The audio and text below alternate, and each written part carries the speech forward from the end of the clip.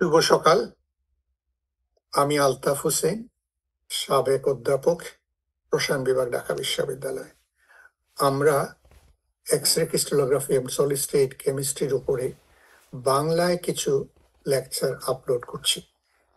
তো এই লেকচার ভার্সনটা ইংরেজিতেও আছে। আপনাদের অনুরোধে আমি এটা বাংলায় দিচ্ছি, যাতে বাংলা ভাষাভাষী যারা আছেন তারা যদি একটু বোঝেন এবং তারা যদি এটার প্রতি আগ্রহ প্রকাশ হয়, তার জন্য এই লেকচারটা করা। আমরা এর আগের লেকচারে 6 নম্বর লেকচারে যেটা আলাপ আলোচনা করতেছিলাম সেটা ছিল স্পেস গ্রুপ সম্বন্ধে আলোচনা করছিলাম। তো আমরা 2 নম্বর স্পেস গ্রুপ যেটা আছে, যেটাকে আমরা P⁻1 বলি, সেইটা নিয়ে আলোচনা করে আমরা এই পর্যায়ে আসছিলাম যে টোটালটাকে একটু সামারাইজ করব। তো আজকের এই প্রথম স্লাইডে আমি সামারাইজটা করছি। আমরা যেই মুহূর্তে স্পেস গ্রুপ P⁻1 বলি, তার মানে এটা ট্রাইক্লিনিক সিস্টেম। এই সম্বন্ধে আর কোনো ট্রাইক্লিনিক, নট অনলি ট্রাইক্লিনিক, এটা হলো প্রিমিটিভ ইউনিট সেল। ইউনিট সেলটা প্রিমিটিভ ইউনিট সেল। তো কি করছি আমরা? ইকুইভ্যালেন্ট পজিশন কি কি হতে পারে? প্রথম আমরা দুইটা প্যারালেলোগ্রাম দিয়ে ওইটার সিমেট্রি এলিমেন্ট, যেমন এখানে আপনারা দেখতে পান, সিমেট্রি এলিমেন্ট গুলা দেখিয়েছি আগের স্লাইডে, আগের লেকচারে, এবং ইকুইভ্যালেন্ট পজিশন গুলাও দেখিয়েছি আগের লেকচারে। কিন্তু এইখানে এসে সামারাইজ করতেছি। এই সামারিটা সম্বন্ধে একটু বলতে হয় যে দুইটা ইকুইভ্যালেন্ট পজিশনের যে কি পজিশন আছে, পজিশন 1-এ আমরা যদি এক্স ওয়াই জেড বলি, এবং x bar, X Y bar, Z bar, এটা হলো equivalent position, general equivalent position. আমরা কোনো ধরনের স্পেশাল ইকুইভ্যালেন্ট পজিশন সম্বন্ধে বলি নাই। আমি আগের লেকচারে বলছিলাম যে আমাদের যদি কোনো ধরনের সিমেট্রি এলিমেন্টের উপরে পজিশনটা পড়ে যায়, তখন ওইটাকে আমরা বলি স্পেশাল জেনারেল পজিশন। এই যে স্পেশাল জেনারেল পজিশন যখন হয়, তখন জেনারেল পজিশনটা সিমেট্রি এলিমেন্টের উপর পড়ে। তো সিমেট্রি এলিমেন্টের উপর পড়লেই ওইটাকে আর জেনারেল পজিশন না বলে আমরা বলি স্পেশাল পজিশন। এই কেসে ওয়ান ফোল্ডের স্পেশাল পজিশন কি কি হয়, যেমন কর্নারে, এজে, ফেসে, বডি সেন্টারে আমরা স্পেশাল পজিশন পাবো। এবং এই ধরনের জিনিসকে ইন্টারন্যাশনাল টেবিল যে আছে এক্স রে ক্রিস্টালোগ্রাফি, সেই টেবিল 1-এ এটাকে মানে কোঅর্ডিনেট, জেনারেল এন্ড স্পেশাল পজিশনের কোঅর্ডিনেট গুলা দেখানো। আমরা নেক্সট স্লাইডে সেইটা দেখব। এই যে দেখেন, এই টেবিলের মধ্যে কতগুলা আছে, এটা আমরা বলতেছি স্পেস গ্রুপ P⁻1-এর পজিশন গুলা, ইকুইভ্যালেন্ট পজিশন গুলা আমরা ডিফাইন করব। যেমন সেটা এইভাবে টেবিলার আকারে প্রত্যেকটা স্পেস গ্রুপের কোঅর্ডিনেটের ইকুইভ্যালেন্ট পজিশন, জেনারেল পজিশন, এগুলা থাকে। এই স্পেস গ্রুপের জন্য এটা আমরা এরকম করছি। যেমন ধরেন এই যে নাম্বার অফ পজিশনস, এটা আমরা দেখাই যে কি কি ধরনের পজিশনটা, কয়টা পজিশন আছে এইটা দেখাবো এখানে। তারপরে ওয়াইকাফ নোটেশন, এইটা আমরা এই পজিশন গুলাকে আলফাবেটিক অর্ডারে নিচের থেকে উপরের দিকে যাব, নিচের থেকে উপরের দিকে যাব এইখানে। তারপরে লাইনটা হলো পয়েন্ট সিমেট্রি কি আছে। আমরা জানি এইটাতে পয়েন্ট সিমেট্রি 1 আছে, ওয়ান ফোল্ড রোটেশন। তারপরে একটা সেন্টার অফ সিমেট্রি আছে, এই সেন্টার অফ সিমেট্রি গুলা পয়েন্ট সিমেট্রি দেখাচ্ছে। তারপরে এইখানে কোঅর্ডিনেট অফ ইকুইভ্যালেন্ট পজিশন কি হবে।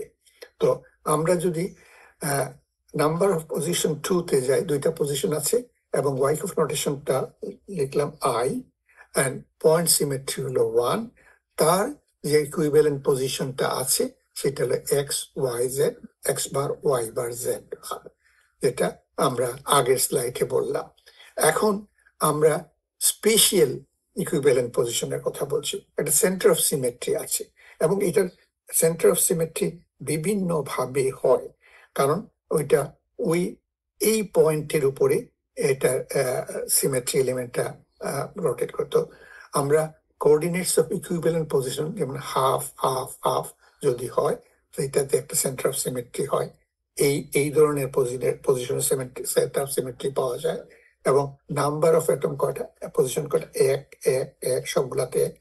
এইভাবে আপনার total symmetry elements, Wyckoff notation, coordinates of equivalent position দেখানো হয় স্পেস গ্রুপে। তো এইটা পি বার 1 স্পেস গ্রুপের জন্য এই টেবিলটা which describes everything, যেটা আমরা আগের স্লাইডে ছবি হিসাবে প্যারালোগ্রাম হিসাবে দেখিয়েছিলাম। তো এই হলো একটা স্পেস গ্রুপের ব্যাপারে আমরা বলছি। আমরা 2-3টা স্পেস গ্রুপের ব্যাপারে আলোচনা না করলে হয়তো দেখা যাবে যে আমরা বেসিক্স রুলস গুলো ঠিক আয়ত্তে আনতে পারছি না। আমরা যেটা বলছিলাম যে 230টা স্পেস গ্রুপ থাকে, এবং 230টা স্পেস গ্রুপ কারোর পক্ষে পুরোটা মনে রাখা কিংবা রাখা সম্ভবপর না। কাজ করতে করতে এগুলা যার যে স্পেস গ্রুপে যা ক্রিস্টালটা পড়লো, যে যিনি স্ট্রাকচার ডিটারমিন করলেন, ওনার স্পেস গ্রুপ কোনটা, ওই স্পেস গ্রুপ সম্বন্ধে ডিটেলস আলোচনা করা, এবং স্পেস গ্রুপটা ঠিক আছে কিনা এইটা এক্সপেরিমেন্টাল ডাটার থেকে কনফার্ম করা। এইসব জিনিস পরে আমরা যখন এক্সরে ডাটা নিব এবং এক্সরে ডাটা কিভাবে অ্যানালাইজ করতে হয় সেটা শিখবো, তো ওইখানে এটা আলোচনা করা হবে। তো আমি যেটা বলছি, মনে করেন একজনের একটা ক্রিস্টাল আবিষ্কার করেছেন, সেইটা 3 ডাইমেনশন স্ট্রাকচার করবেন। তো 3 স্ট্রাকচার করে উনি প্রিলিমিনারি ডাটা নিয়ে দেখলেন এইটা সার্টেন, যে ধরুন 21 নম্বর স্পেস গ্রুপে পড়ে। তখন ওনার ওই 21 নম্বর স্পেস গ্রুপটা খুব ভালো করে স্টাডি করতে হয় ইন্টারন্যাশনাল টেবিলের ইন্টারন্যাশনাল টেবিল থেকে কিংবা বই থেকে স্টাডি করে উনি ওইটা সম্বন্ধে ভালো করে বুঝে তারপরে ওনার ডাটাগুলা উনি রিডিউস করবেন এবং ফাইনাল স্ট্রাকচার দিবেন। তো এর জন্য স্পেস গ্রুপ, পয়েন্ট গ্রুপ, এগুলো অত্যন্ত এসেনশিয়াল ফান্ডামেন্টাল জিনিস ক্রিস্টালোগ্রাফিতে। আচ্ছা, আমরা এরপরে আরেকটা স্পেস গ্রুপ আলাপ করতে চাই। সেই স্পেস গ্রুপটা হলো C2। এটা স্পেস গ্রুপ নাম্বার 4। যেই মুহূর্তে C2 বললাম, তার মানে কি আমাদের ইউনিট সেলটা centred unit cell, C centred unit cell. আচ্ছা, আর কি আছে, একটা সিমেট্রি আছে, ট্রু ফোল্ড রোটেশন, তাই না? তো ট্রু ফোল্ড রোটেশন কিসে থাকে? মনোক্লিনিক ক্রিস্টাল সিস্টেমে থাকে। তার মানে C2 যে স্পেস গ্রুপটা আছে, এটা একটা মনোক্লিনিক ক্রিস্টাল সিস্টেমের যে স্পেস গ্রুপ গুলো আছে তার একটা স্পেস গ্রুপ, তাই না? তো belongs to C center lattice. আচ্ছা, এখন এইটা বাই কনভেনশন এটা একটা ইউনিক অ্যাক্সিস আছে। তো এর জন্য আপনারা দেখেন, ওই আমরা যে বলছিলাম স্পেস গ্রুপ 4টা লেটার দিয়ে সিম্বলাইজ করা হয়। প্রথম লেটারটা থাকে এই যে প্রিমিটিভ ওর ফেস সেন্টার ও বডি সেন্টার ও সাইড সেন্টার। তারপরের লেটারটা থাকে যদি কোনো ইউনিক অ্যাক্সিস থাকে, সেই ইউনিক অ্যাক্সিসের যে সিমেট্রি এলিমেন্ট আছে সেটা থাকে। এই ক্ষেত্রে মনোক্লিনিকের ক্ষেত্রে two fold axis, unique axis, এবং এটা প্যারালাল টু বি অ্যাক্সিস। তো এটা এর জন্য আমরা এই সি সেন্টার ল্যাটিস বলছি। আবার দেখেন যে z axis is not perpendicular to the plane of paper. এই plane of paper z axis টা perpendicular না। আচ্ছা, আমরা কি করি, সব সময় একটা অরিজিন খুঁজে বেড়াই। এইরকম আমরা বলছিলাম যে আমরা যখন করব তখন অরিজিনটাকে, এই যে প্যারালোগ্রাম আছে, এই প্যারালোগ্রামে লেফট হ্যান্ড কর্নারে, লেফট হ্যান্ড আপার কর্নারের মধ্যে অরিজিনটা করি। তো আমরা এইটা করলে পরে এই middle of the side bounded by A and B, half 0 for any position of x, y, z in this space group. There will be another equivalent position, x plus half, y plus half plus z. A pointed should x plus half, y plus half, z. So main symmetry element কি হলো, যে two fold rotation axis parallel to B main symmetry element, এটা হলো two fold rotation অ্যাক্সিসের symbol in in paper, to plane of paper. এইটা হলো two fold rotation axis, তার symbol, এবং এটা প্যারালাল টু বি অ্যাক্সিস। আচ্ছা, অরিজিন দিয়ে পাস করবে এবং is considered with Y axis of the unit cell, এবং এটা কনসাইড করে ওয়াই এক্সিস অফ ইউনিট সেলের সাথে, তাই না? আচ্ছা, এইটা বললাম। তারপর symbol of two of rotation axis in the plane of paper is an arrow, এটা দেখিয়ে দিয়েছি অলরেডি আমি।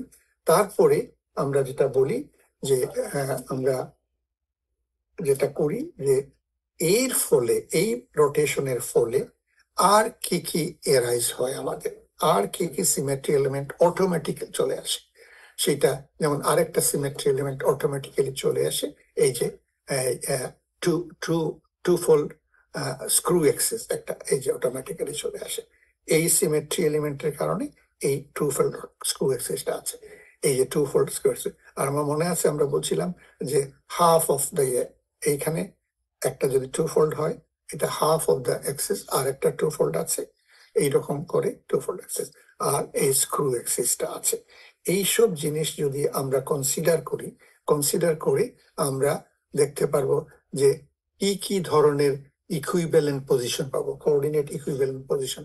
আমরা মানে চারটা ইকুইভ্যালেন্ট পজিশন পাবো, চারটা ইকুইভ্যালেন্ট পজিশন। এই সিমেট্রি এলিমেন্ট রোটেট করলে এখানে যে এই ফিগারটা দেখছেন, এখানে দেখবো যে আমরা চারটা ইকুইভ্যালেন্ট পজিশন পাই, এই পজিশনের জন্য চারটা ইকুইভ্যালেন্ট পজিশন। এবং সেটা তার কোঅর্ডিনেট সিস্টেম কি হবে, X Y Z, X Y Z যে কোনো ভ্যালু নিতে পারি আমরা। মনে আছে আপনাদের বলছিলাম 0 থেকে 1 পর্যন্ত যে কোনো ভ্যালু হতে পারে এটা। তো minus X Y minus Z, আমরা আবার বলছি যে মাইনাসকে আমরা বার বলি, bar X Y bar Z. তারপরে আরেকটা পজিশন, এটা দুইটা গেল। আরেকটা পজিশন কি, X plus half Y plus half Z, আরেকটা X minus half half plus Y minus Z.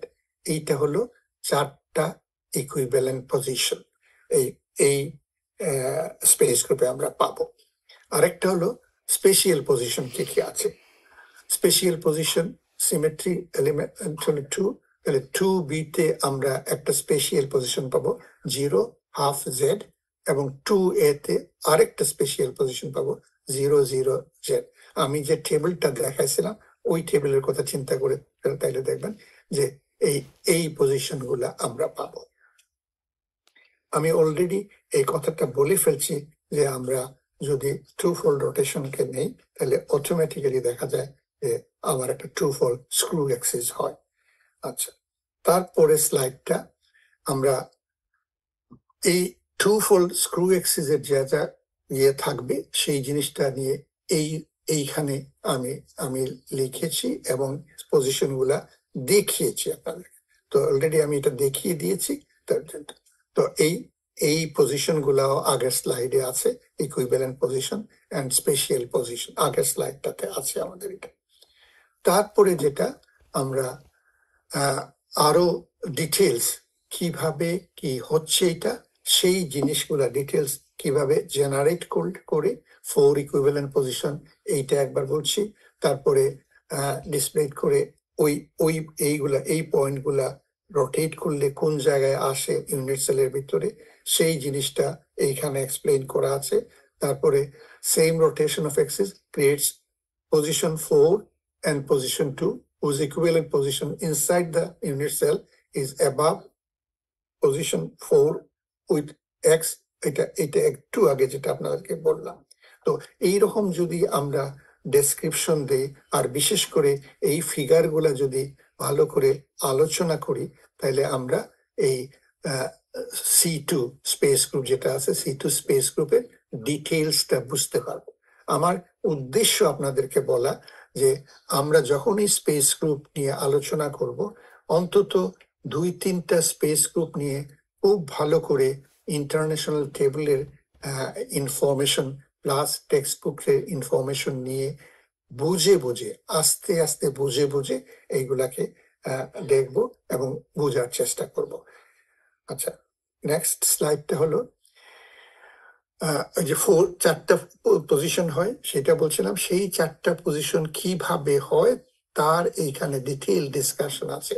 এই চারটা পজিশন কিভাবে ক্রিয়েট হলো, কেমন করে ক্রিয়েট হলো, ইন্টারন্যাশনাল টেবিলের কোন সেটটা নিতে হবে এবং কিভাবে সেই সেটটাকে আমরা কনসিডার করব, সিমেট্রি স্পেস গ্রুপগুলো কি আছে সেটা দেখব, জেনারেল পজিশন কি 4-4 যে হয় সেটা কিভাবে রিডিউসড হয়ে দুইটা পজিশনে স্পেশাল পজিশনে চলে যায়। এই দেখেন আমরা দুইটা স্পেশাল পজিশনের কথা বলছিলাম এবং পজিশনও দেখিয়েছিলাম, এইগুলা কিভাবে রিডিউসড হয় সেই জিনিসটাও এখানে বলা আছে।